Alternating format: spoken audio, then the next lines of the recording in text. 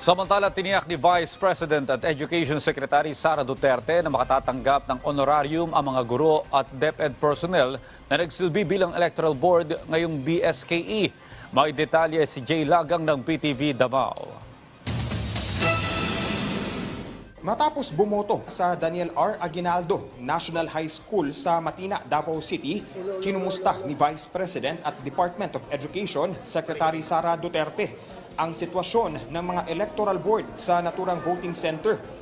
Dito ay nagpasalamat si VP Sara sa serbisyo ng mga teaching at non-teaching personnel sa ginanap na barangay elections. Ayon kay VP Sara, magpapatuloy ang monitoring ng DepEd sa kanilang mga tauhan hanggang sa maibigay na ng Commission on Elections ang benepisyo para sa mga DepEd personnel.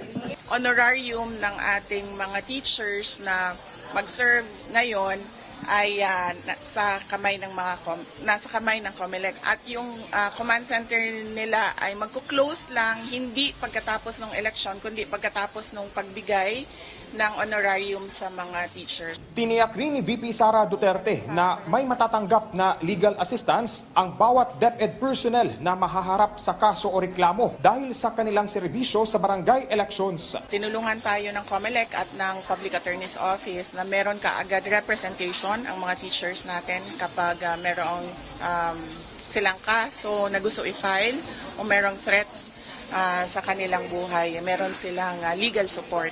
May benepisyo rin ang mga DepEd personnel na nagtamo ng injuries habang ginagampanan ang kanilang tungkulin sa barangay eleksyon. Lahat ng personnel ng Department of Education ngayon kapag meron silang na-aksidente sila ay pwede silang mag-claim sa GSIS ng accident insurance nila. Matapos ang pagboto ay susunod na aatupagin ng mga electoral board ang canvassing o ang pagbibilang ng boto.